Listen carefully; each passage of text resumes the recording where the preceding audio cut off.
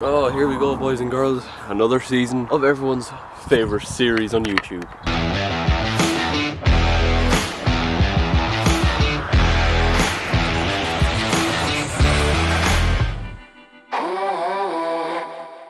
Hello guys, how are we getting on? My name is Aaron Kelly. You're very welcome back to another episode of the Premier League Verdict. The beginning of season 4 of the Premier League Verdict. We're out here in the beautiful morning sunshine. The sun is absolutely beaming. The birds are singing. Actually, the birds are... they're a bit fucking ignorant actually. I was woken up yesterday morning by a bird in my room. I left my Velux window open and there was a little bastard just perched in on top of my on my desk. So yeah, that was a bit fucking annoying. But anyway, we're here to talk about football, not the birds. We got on to Chelsea last, but first I'm going to do a little quick roundup of the rest of the games of the Premier League in match week 1. Right, move location, so we're actually looking into the sunlight. But anyway, starting with the first game in the Premier League, and it was from Craven Cottage, newly promoted Fulham, against Arsenal, who have had a lot of hype built around them in pre-season. That hype was very much answered with a win, and a very comprehensive one. The new man, Willian, was pretty much at the forefront of it, getting 3 assists. The first one was definitely, questionable. He takes a shot, it's saved by the goalkeeper, and Lacazette follows in. The second one you really can't doubt, it was a corner which was headed in by the new signing Gabriel Magalhaes, with some questionable defending and goalkeeping by Fulham, and Pierre-Emerick Aubameyang. It wouldn't be an Arsenal game without him getting a goal. Added Arsenal's third to wrap up a very impressive 3 points for the Gunners on the opening day. In the other games on Saturday, Crystal Palace got a 1-0 victory over Southampton thanks to Wilfried Zaha's goal. And the new signings were very much up to scratch in Newcastle's opening game against West Ham United. Callum Wilson and Jeff Hendrick both on the score sheet as they beat the seemingly in crisis West Ham by 2-0. The champions Liverpool started off the season with a victory as well over Leeds, and it was definitely the pick of the games over the first weekend in the Premier League, and a 4-3 victory, and it was so topsy-turvy. The defending was, let's be honest, nowhere to be seen. Liverpool took the lead through Mo Salah, but were quickly pegged back thanks to a goal from Jack Harrison. Virgil van Dijk then headed Liverpool back in front before gifting Patrick Bamford with another Leeds equaliser. Mo Salah then had Liverpool 2-0 up. 2-0, was it?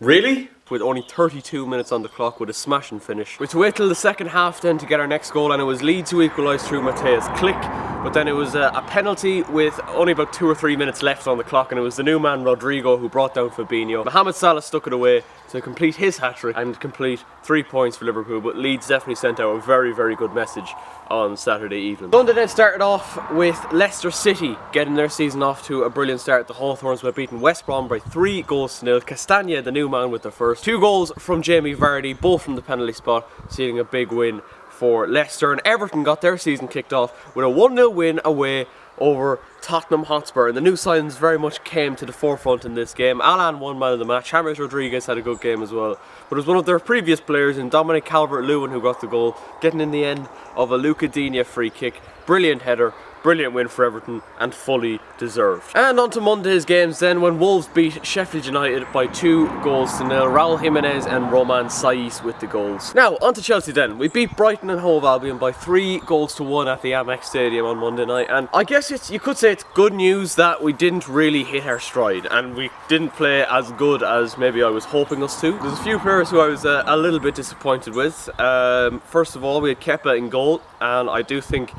he should have saved the Trossard one. Although I will say it's a good strike by Leandro Trossard, but I think, again, as I've said so many times, lads, the best keepers in the league save them shots. It really just goes under Kepa's arm. I think he might even get a touch to it. It actually bounces before it goes into the bottom corner. Like, I think if you take that shot again on Ederson, Alisson, even like prime David De Gea, Bernd Leno even, Hugo Lloris, they're probably saving that shot. That was the equaliser after Chelsea took a first half lead through a Jorginho penalty. And a mistake by Alzate allowed Jorginho to intercept it and play Timo Werner in one-on-one. He rounded Matt Ryan, who completely took him out, and Jorginho dispatched it into the bottom corner. And at half time I thought Brighton would probably have felt a little hard done by and a little bit like, well, they've probably been the better side. I think they looked the more composed. I think they looked better on the ball. I think Chelsea really struggled to get going in that second half, and it was only when Trossard equalised in the second half early on that Chelsea really did start to play our best football in that game. And it was a direct response after Trossard equalised from Reece, James, and what an unbelievable goal from Reece James. I mean, we know he's able to hit the ball, and it was pretty much an instant response from Reece James, and I like to see that. Right, we're not going to fucking have this today. I was a little bit disappointed that it took us until the Trossard goal to really start playing our best football, but what a strike from Reece James. Very much worth waiting for. It wasn't long then before Chelsea added a third through Kurt Zouma, and I mean, it was a very lucky one. A corner from Reece James, and Zouma hits it on the volley, completely scuffs it, deflects off Webster, past Matt Ryan. He's completely wrong-footed, nothing he could do about it. 3-1 was how it finished, and a much needed 3 points to kick off the season for Chelsea, going into a very important, massive game even, against Liverpool next Sunday. Now Kepa, I've had my say, he didn't have too many shots to face. He saved one good run from Alzate in the first half, but apart from that, the one that he really needed to save, like Leandro Trossard, as I said, I think he just strikes it, he strikes the ball well, but I think your best keepers in the league palm that away. They get a touch to it, a more solid touch than Kepa got. I thought the right backs in this game completely ran the show. Reece James down our side and Tariq Lamptey down the other side. Obviously, Tariq was a Chelsea player, made a very impressive Chelsea debut in our win over Arsenal back in December. He was absolutely brilliant down the Brighton right hand side, both defensively and offensively. But yeah, no, Reece James had a very good game.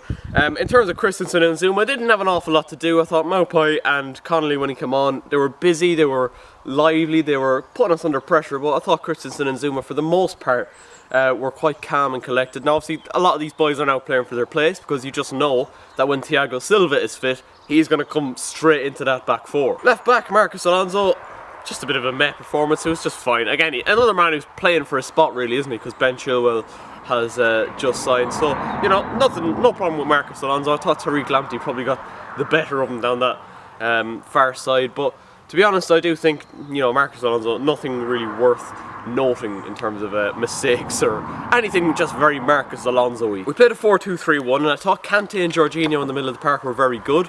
Calmed the play down. I thought Kante looked back to his best, hustling and bustling around, intercepting, making brilliant tackles.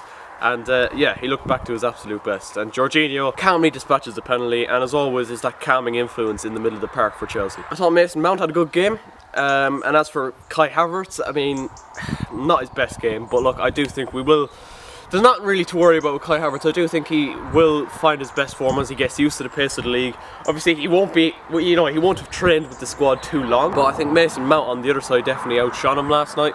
But I think in his first game, that's probably to have been expected. I think fitness levels definitely depleted as the game went on. We see one late on, literally just before he came off, where he lost the ball to, I think it was either Solly Marsh or Trossard, and he just chases back and makes a really good tackle, and you could see he just lay on the ground after that because he was absolutely fucked. But I think as time goes on, Kai Havertz will get more accustomed to the pace of the league, and you know, he'll gain more knowledge of what's expected of him in these games. And then finally on to Timo Werner. I think Timo Werner, although he didn't get a goal on his debut, was very, very good. And I think he gave the Brighton defenders a lot to think about.